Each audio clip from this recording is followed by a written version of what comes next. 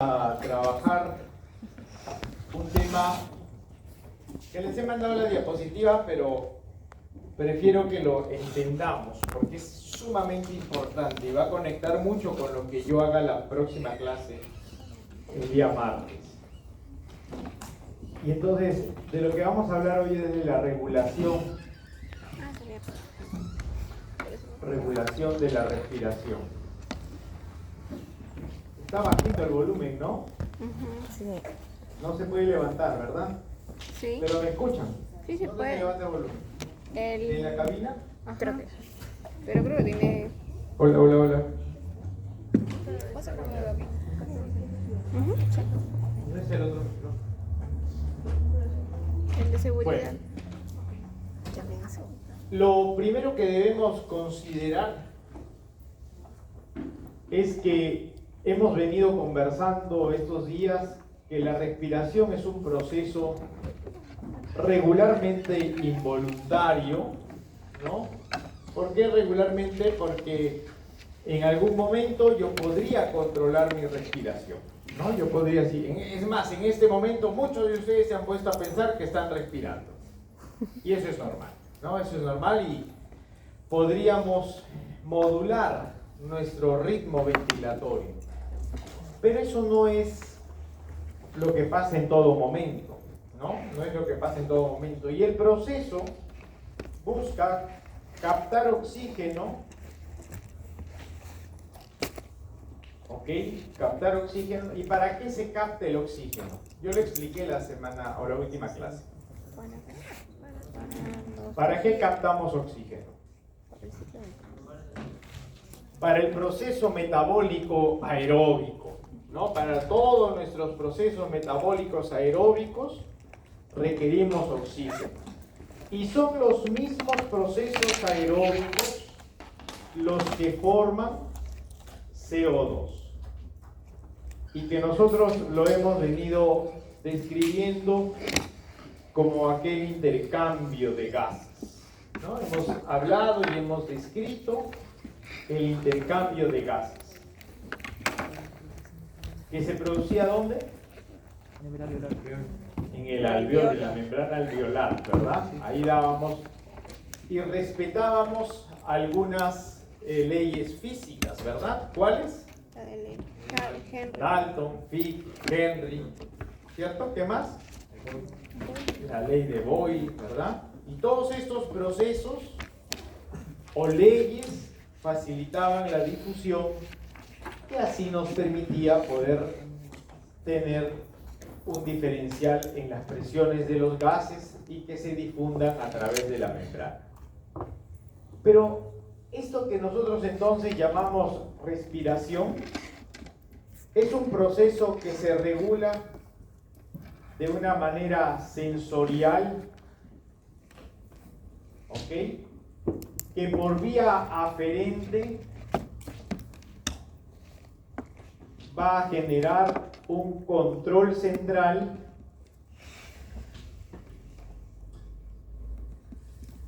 y este control central por vía eferente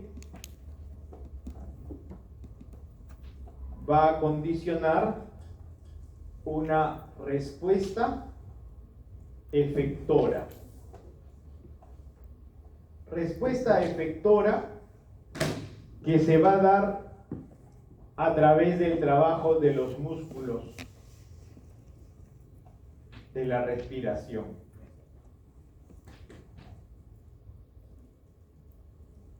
Entonces yo ayer en la noche que llegué a casa me puse a pensar, y ahora ¿cómo les explico esto que es tan árido?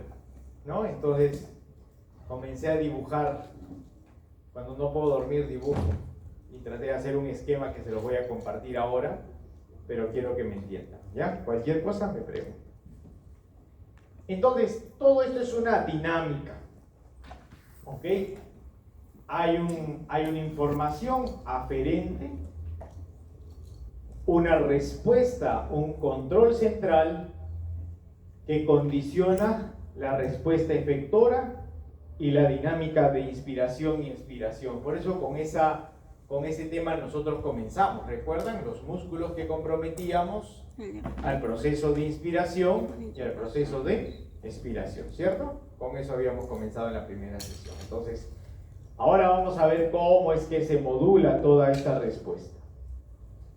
Y la respuesta o la regulación sensorial se da por un tipo o dos tipos en realidad de receptores sensoriales. En primer lugar, los quimiorreceptores.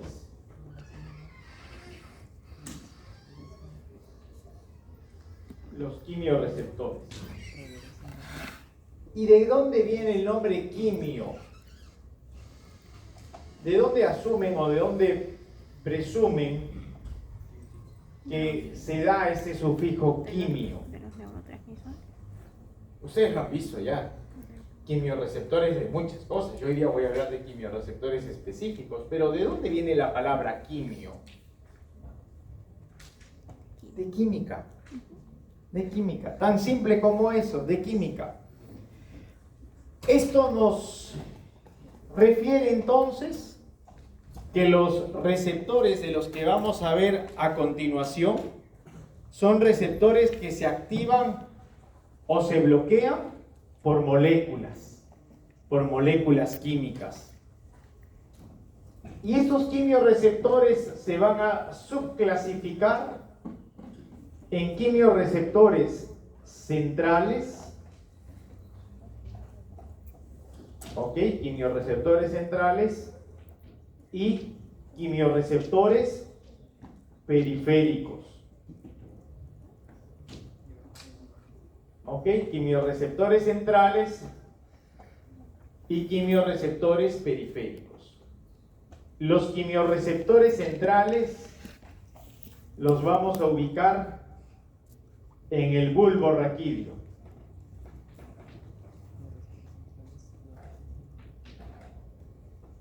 Y los periféricos, ¿dónde los ubicamos?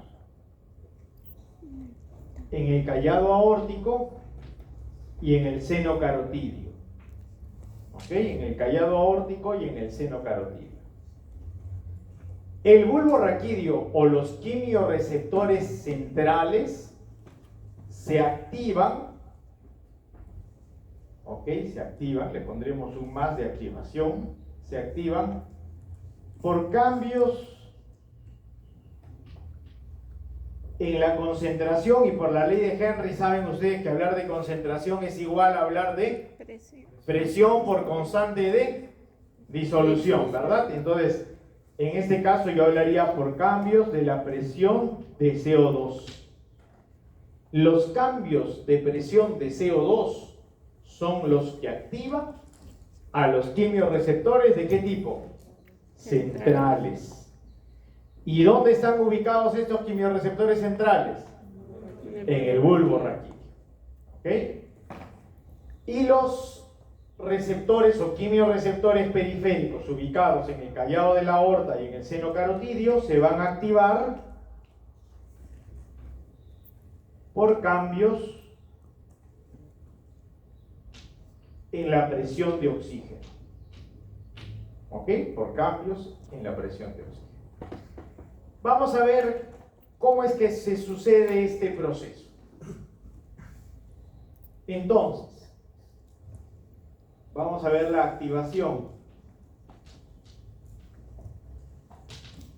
de quimiorreceptores centrales. ¿Dónde nos ubicamos? Bulbo raquídeo. Y ahí tenemos entonces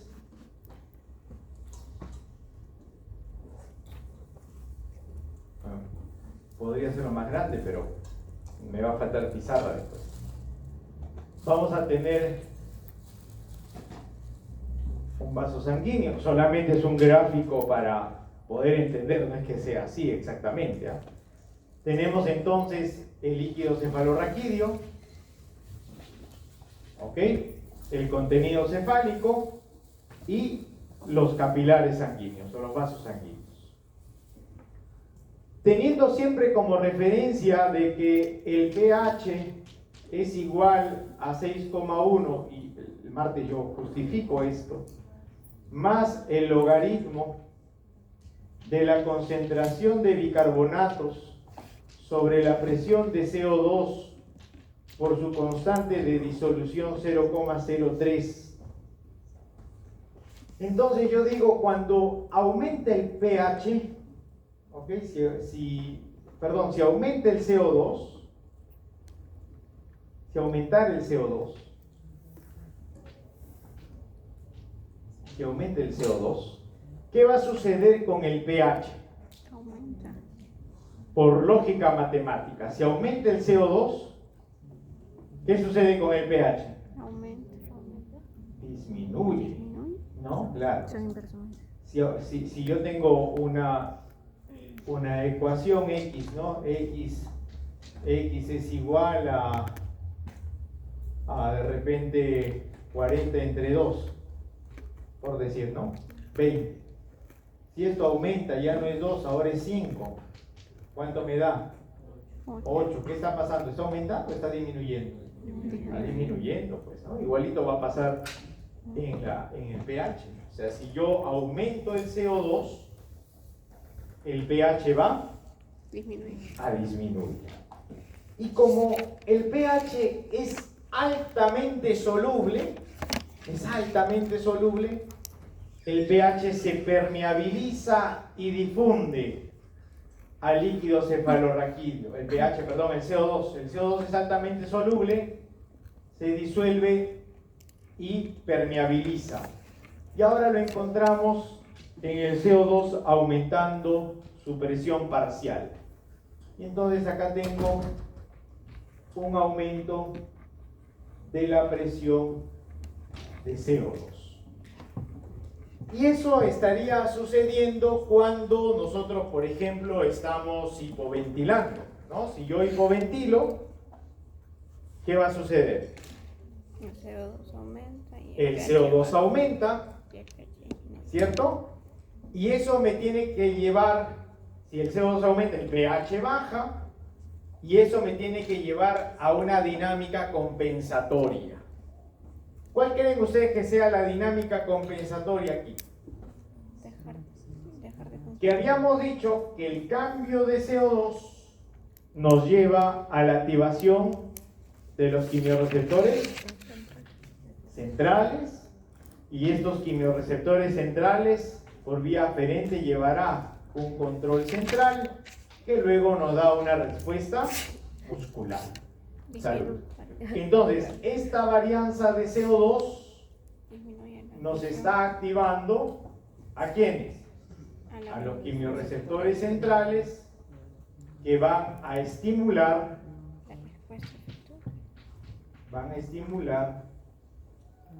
¿qué cosa van a estimular? ¿Qué creen que tengan que estimular? La inspiración. El grupo dorsal al final se va a manifestar, la inspiración. Y cuando yo comienzo a inspirar, voy a expirar y empiezo a respirar más rápido. Y esa condición, ¿a qué me lleva? La hiperventilación. ¿A regular a quién? Al pH. No. Al CO2, ¿no? Al CO2. ¿Me entienden? ¿Me está entendiendo? Sí, sencillito, ¿verdad? Y ya cuando baja el CO2, el pH se equilibra. Porque si yo no equilibro pH y este pH se altera, se vulnera, rápidamente, en menos de 2 horas, puede haber una falla orgánica y se mueren. O nos morimos, ¿no? Entonces, es necesario que estas respuestas sensoriales nos permitan atender a los cambios de pH a través de repente de esta hipoventilación que estaría describiendo el proceso, ¿no?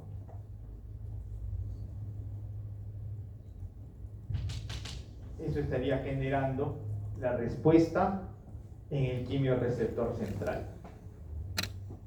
Por otro lado, teníamos otro control, ¿verdad? ¿Cuál era el otro control? Periférico. Quimiorreceptores periféricos. Y en el caso de los quimiorreceptores periféricos, estos tienen una respuesta a la varianza de ¿qué? De oxígeno. Ellos responden a la disminución de oxígeno. Y habíamos dicho que el oxígeno que viaja acompañado de hemoglobina, bueno, ya no vamos a dibujar la hemoglobina, solamente vamos a decir que ha disminuido, por ejemplo, el oxígeno. Esta disminución de oxígeno, la disminución, no el oxígeno, la disminución de oxígeno, nos va a dar dos respuestas importantes. Voy a atender primero a la primera respuesta. La primera respuesta va a hacer que en la célula del quimiorreceptor se va a bloquear el canal de potasio. ¿Y qué pasa cuando se cierra? O sea que hay un quimiorreceptor sensible, ¿no?, a esta disminución de oxígeno. Y esta detección modula el cierre del canal de potasio. ¿Y qué sucede cuando el canal de potasio se cierra? ¿Qué pasa con la célula? ¿Qué pasa con la célula cuando un canal de potasio se cierra? No hay potencial de acción. Se despolariza. ¿Y por qué se despolariza? Porque el flujo de potasio es del intra al extra. Y como el canal se ha cerrado, entonces, ¿qué va a pasar con la membrana celular? Se está despolarizando. Y esta despolarización va a aperturar canales de calcio. Y la apertura del canal de calcio, que module al aumento de calcio citoplasmático, va a propiciar o a estimular la exocitosis de dopamina.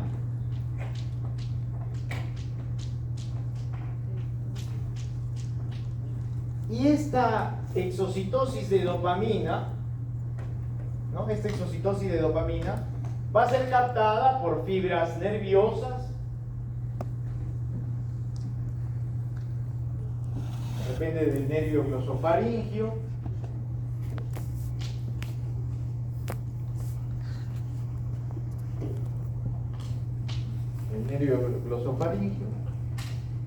y vamos a estimular a receptores dopaminérgicos.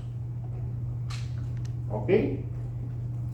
Y cuando la dopamina que se ha liberado, que se ha expresado, comienza a activar a los receptores dopaminérgicos, comenzamos a generar despolarizaciones de las membranas neuronales, ¿no? Apertura de canales monovalentes, sodio, calcio y despolarización.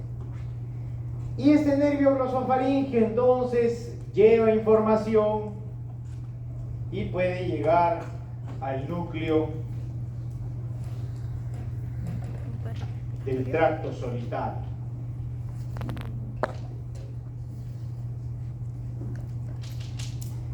Y este núcleo del tracto solitario que se activa va a modular a los grupos dorsales, ya al control netamente central, ¿no? Entonces esto activa al grupo dorsal y la activación del grupo dorsal, ¿qué promociona la activación del grupo dorsal?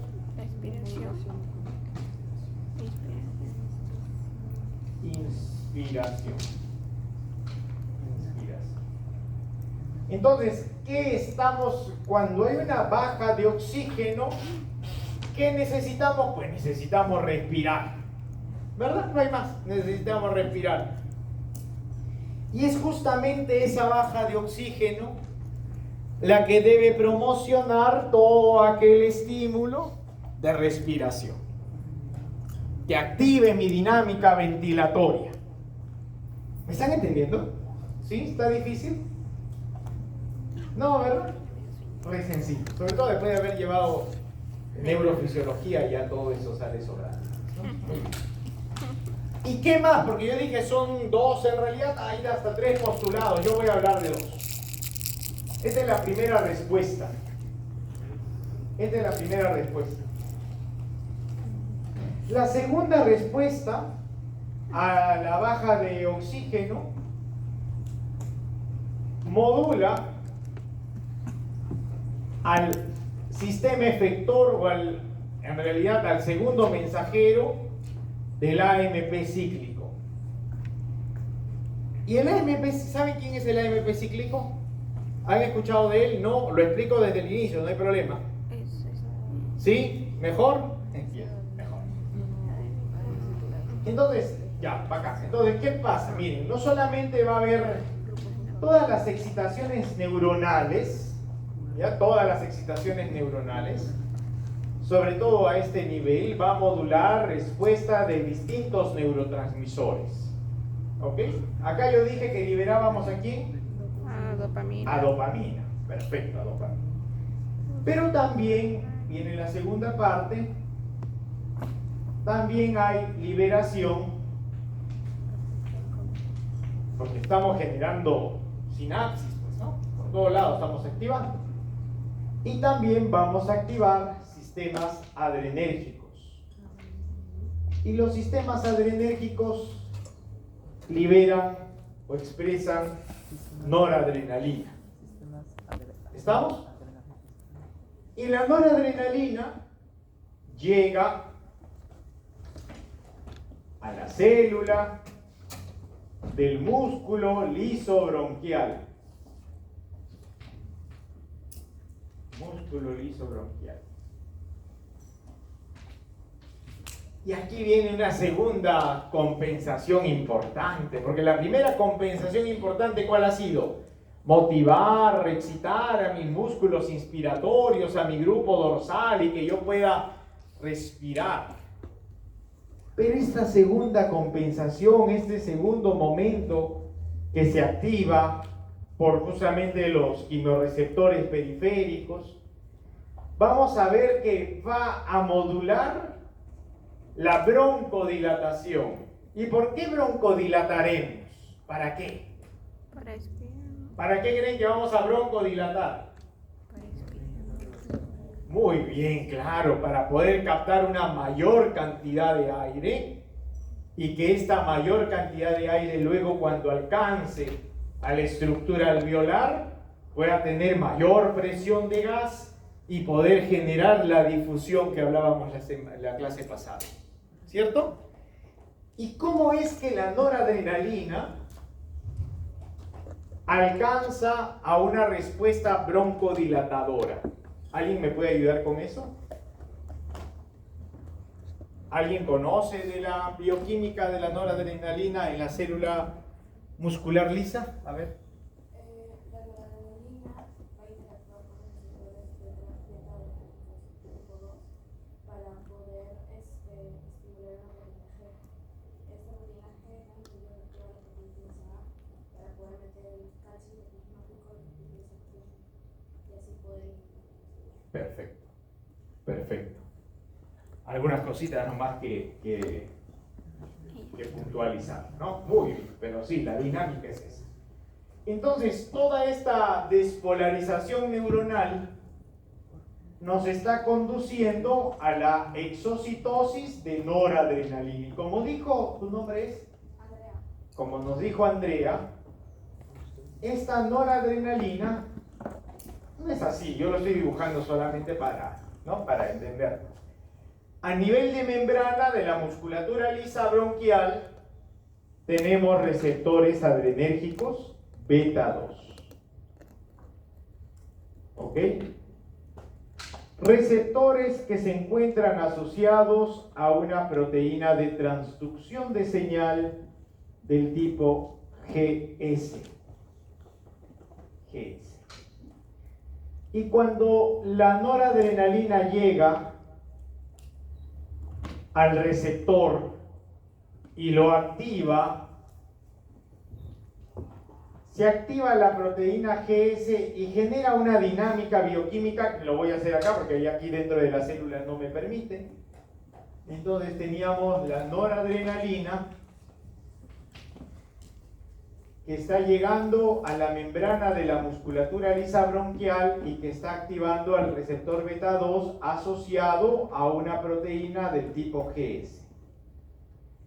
Y que la activación del receptor beta 2 va a condicionar la activación de la proteína GS que presenta 3 dominios proteicos alfa, beta, gamma, iniciando la activación de la proteína con fosforilación de la fracción alfa. Y que a la fosforilación de la fracción alfa, o sea, esta proteína activa ya, el P significa fósforo, ¿no? Serían 2 P, pero bueno, dejemos con P. Se está activando la fracción alfa y esta fracción alfa activa al sistema efector que se llama adenilato ciclasa. Estamos todos dentro de la célula de la musculatura lisa bronquial, adenilato ciclasa, y esta adenilato ciclasa transforma el ATP en AMP cíclico. Y esto es lo que nos dicen en realidad los libros. Los libros no nos explican tan al detalle, porque ya acá hay una compaginación, una articulación con bioquímica, ¿no? Pero lo que nos dicen los libros es que la respuesta hipóxica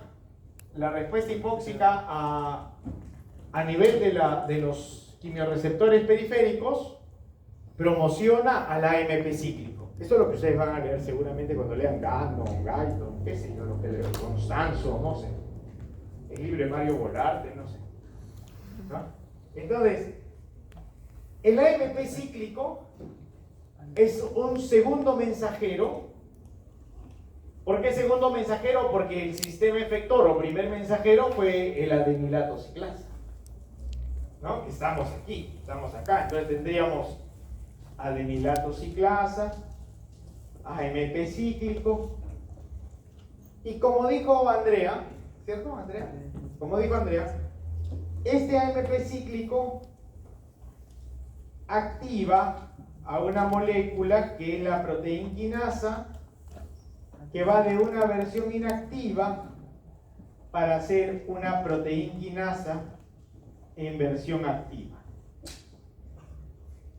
Y hay algo muy curioso. Hay algo muy curioso. En la célula muscular lisa bronquial, la proteinquinasa, si esta es la célula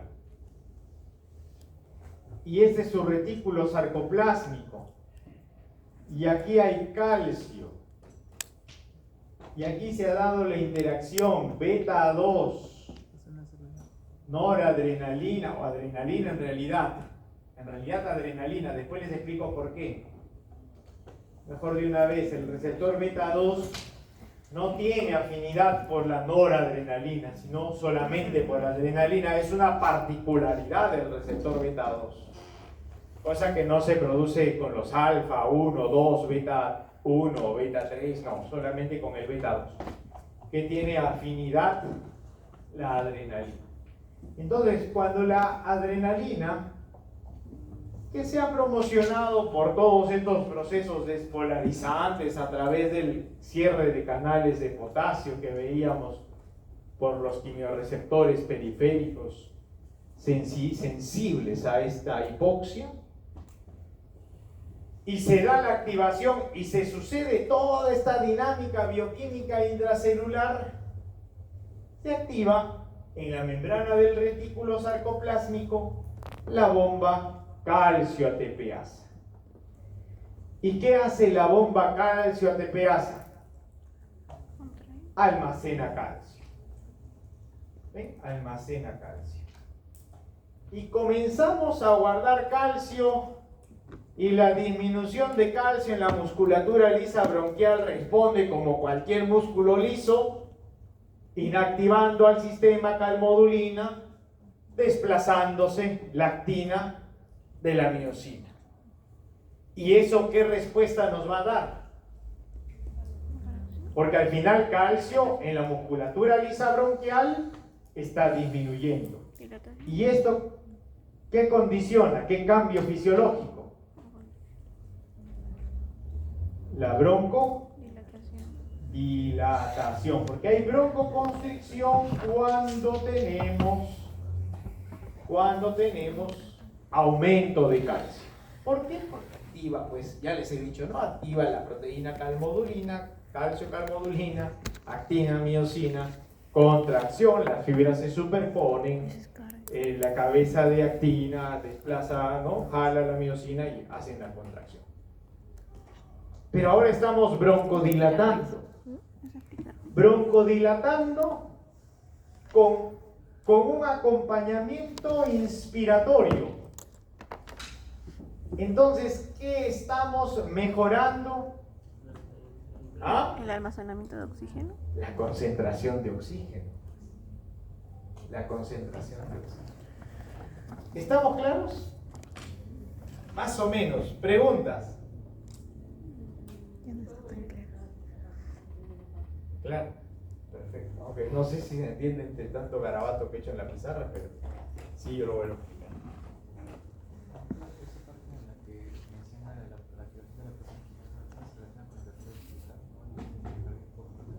Muy bien, pondremos el Waze entonces.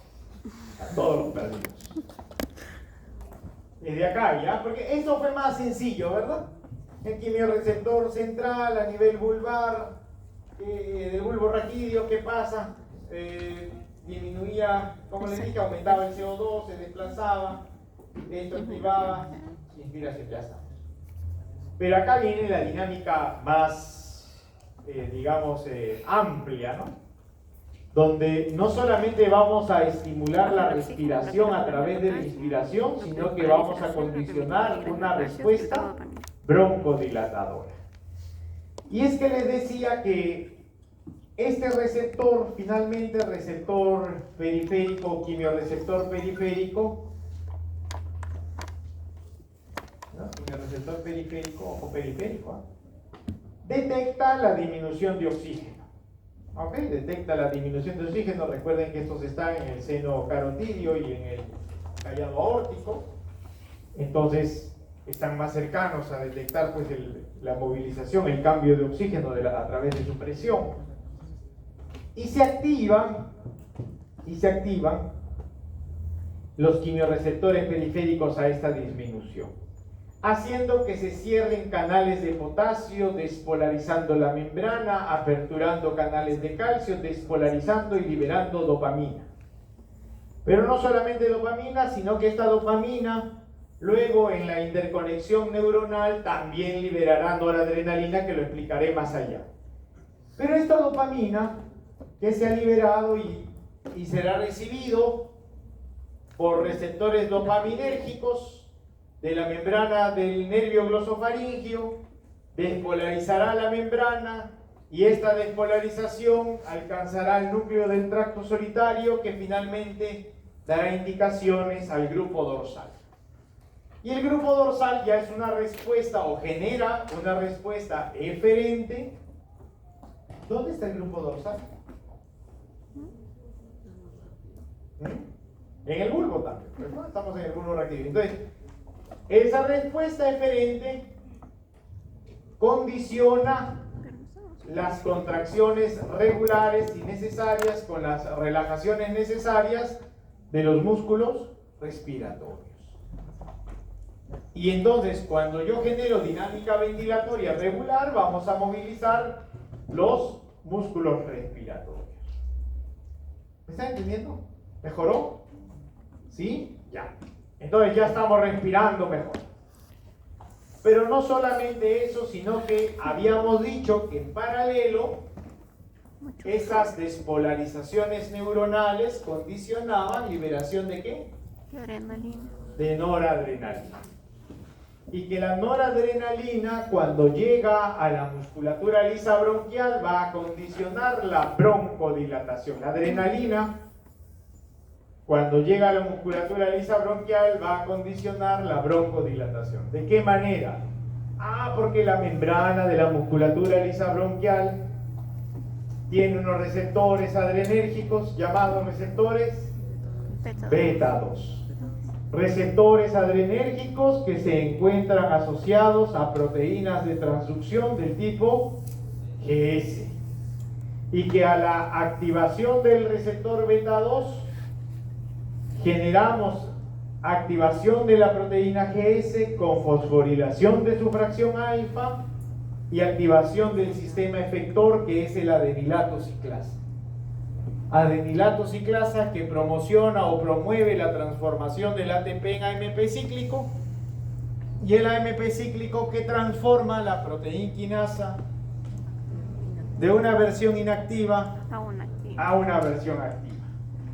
Y que la proteína quinasa que se acaba de expresar en la célula a nivel del retículo sarcoplásmico, que modula la dilatación.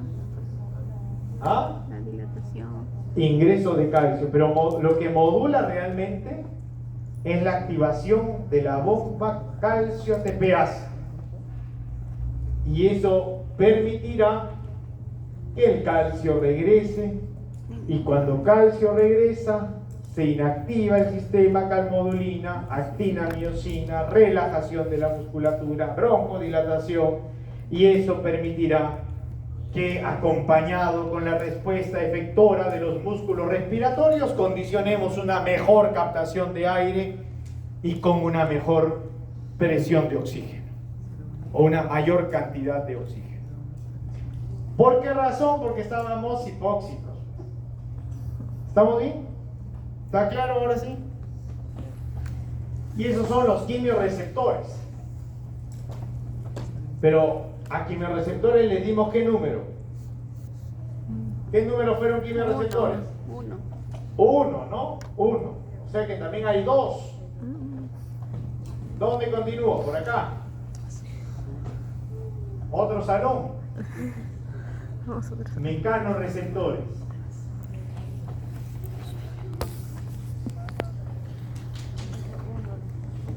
¿Ok? Mecanorreceptores. Entonces, la respuesta inspiratoria se debe no solamente a los quimioreceptores, sino a los mecanorreceptores. Y ahí tenemos, por ejemplo, los receptores de estiramiento.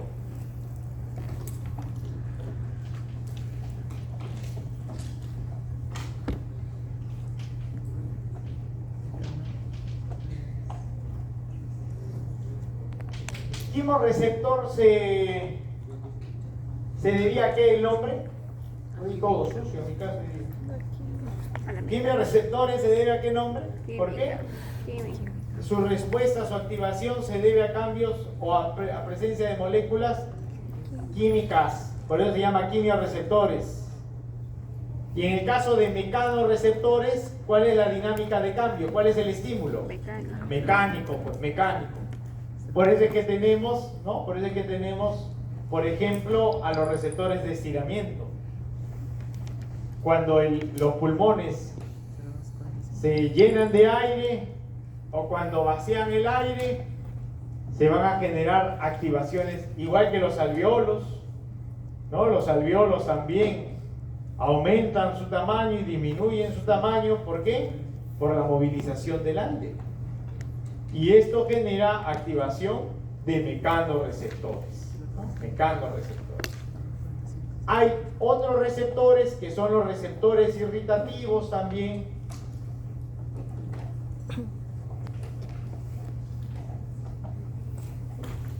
Que se activan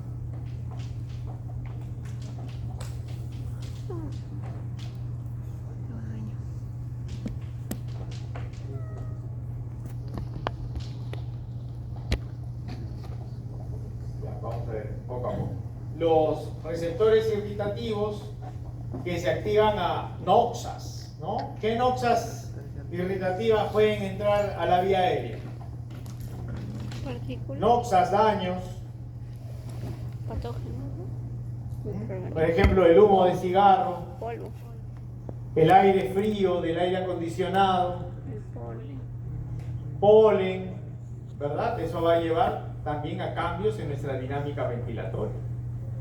Igualmente, ¿no? Como le decía, el humo de cigarro es una noxa bastante cercana, bastante común, ¿no? No te pongo ahí. Las fibras C El de los que se van a activar, cigarros. pero también a través de los receptores J. Vamos a ponerlo acá, primero C, receptores J y luego fibra C.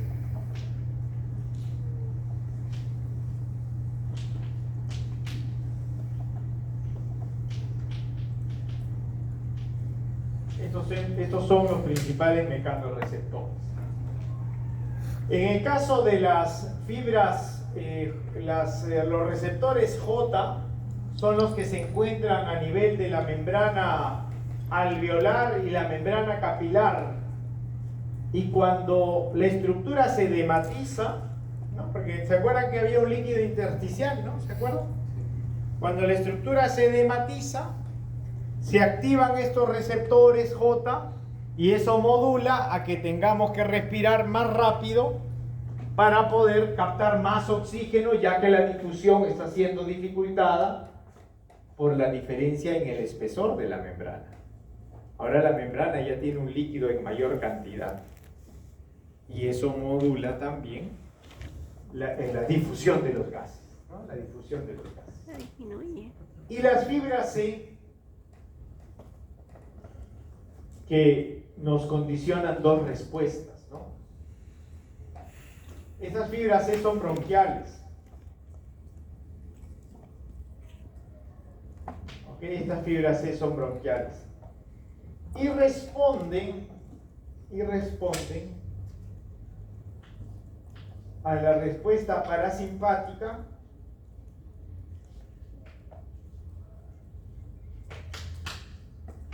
y a la respuesta simpática.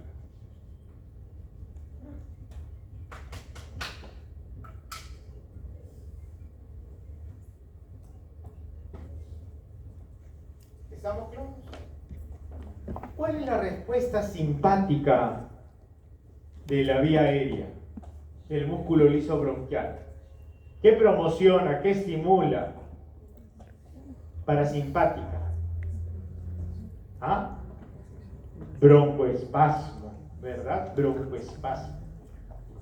¿Y por qué condicionamos broncoespasmo?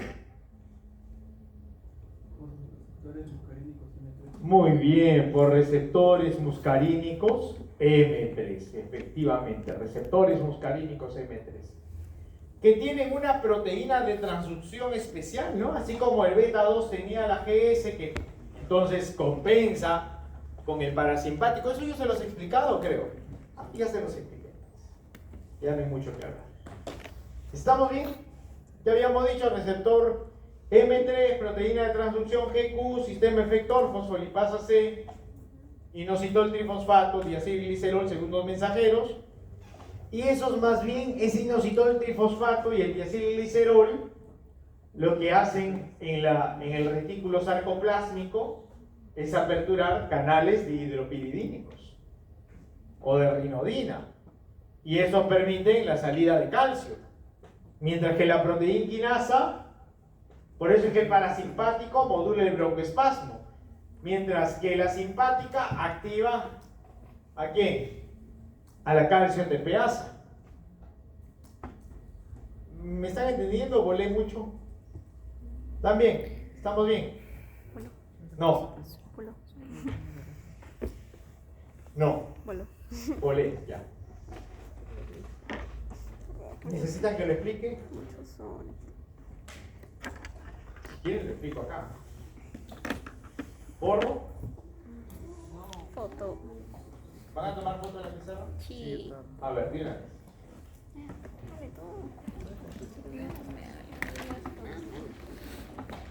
Todo está patentado, ¿eh? Y el otro.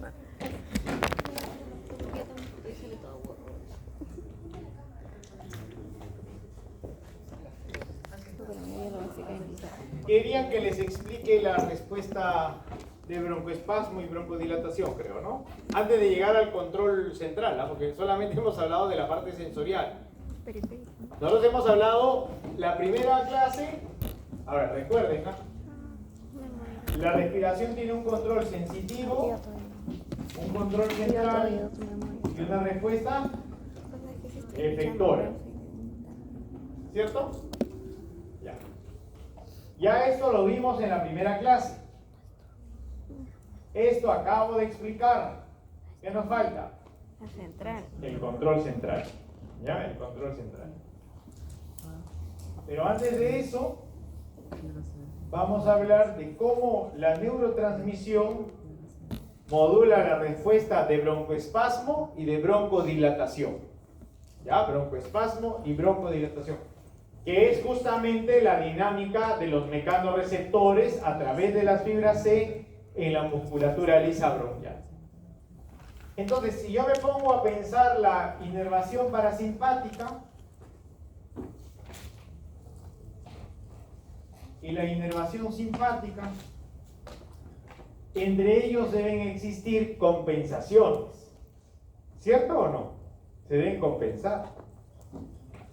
La parasimpática a través de la expresión de acetilcolina y la simpática, en este caso hablaremos de adrenalina.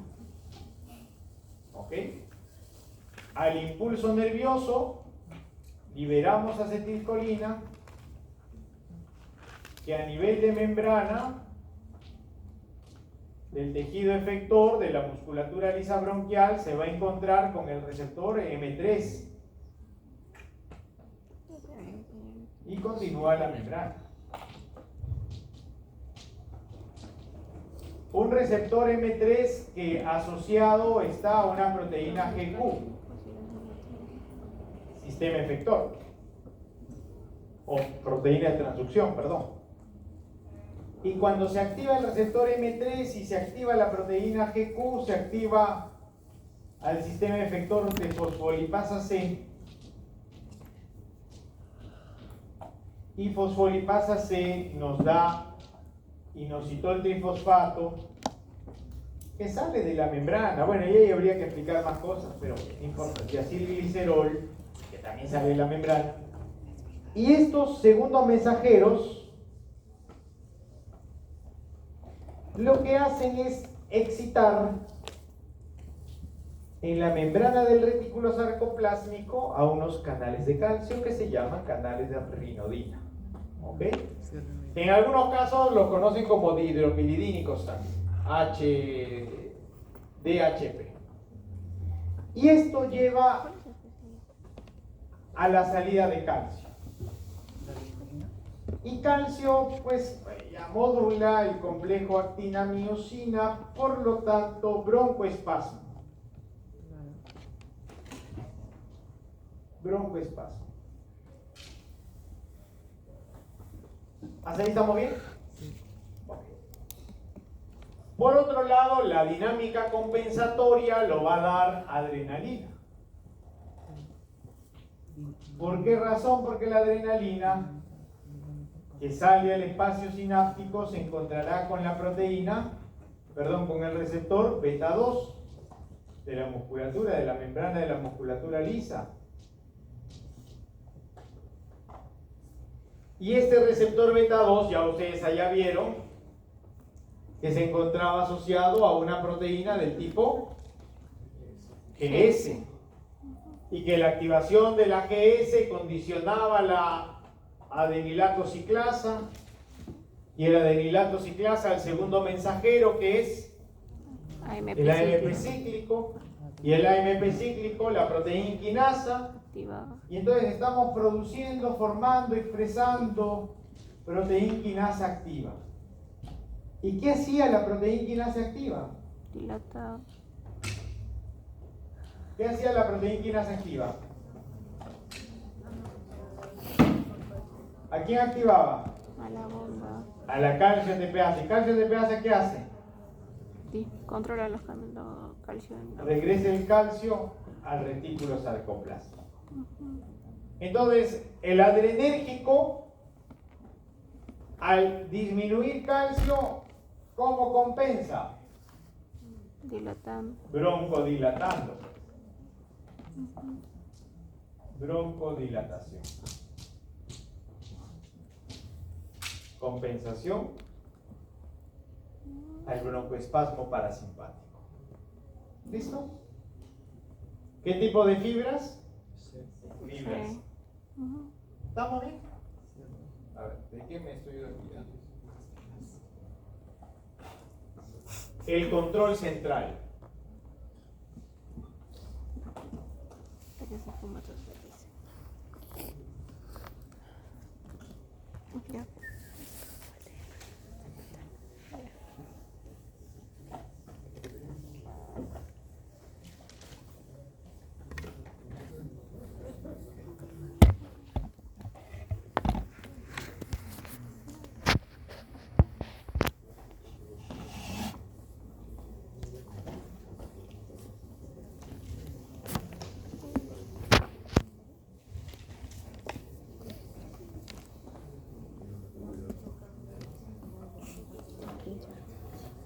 Te iba a pinchar.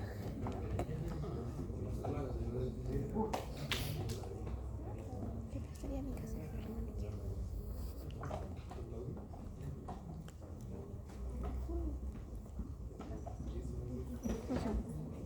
¿Quién murió?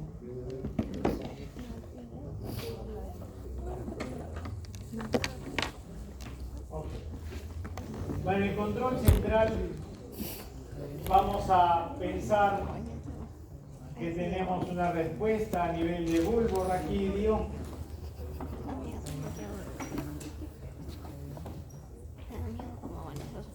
¿Sí? Y también un control a nivel de la protuberancia.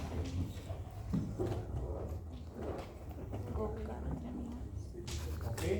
En el bulbo raquídeo y a nivel de protuberancia. ¿Cómo se da este control? Porque en el bulbo raquídeo está el grupo dorsal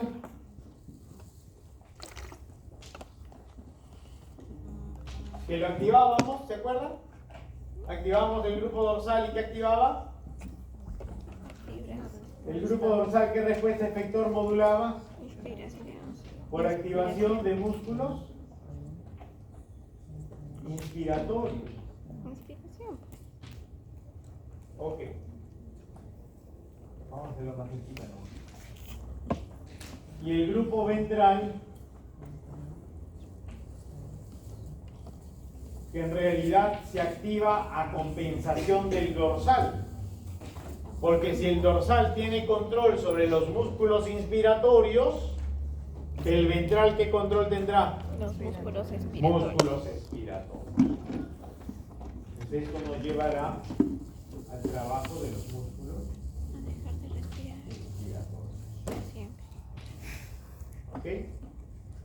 Y a nivel de protuberancia también tenemos dos centros que modulan la respiración, que es el centro apnéustico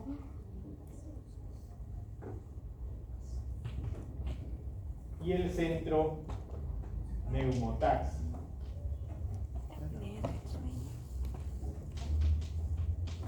Pero que vienen pues interconectados directamente con el trabajo del bulbo. ¿Por qué razón? Porque el centro apnéustico promociona o activa ¿a quién? Al grupo dorsal. Por eso tomo foto. Mientras que el centro neumotáxico lleva control al grupo ventral.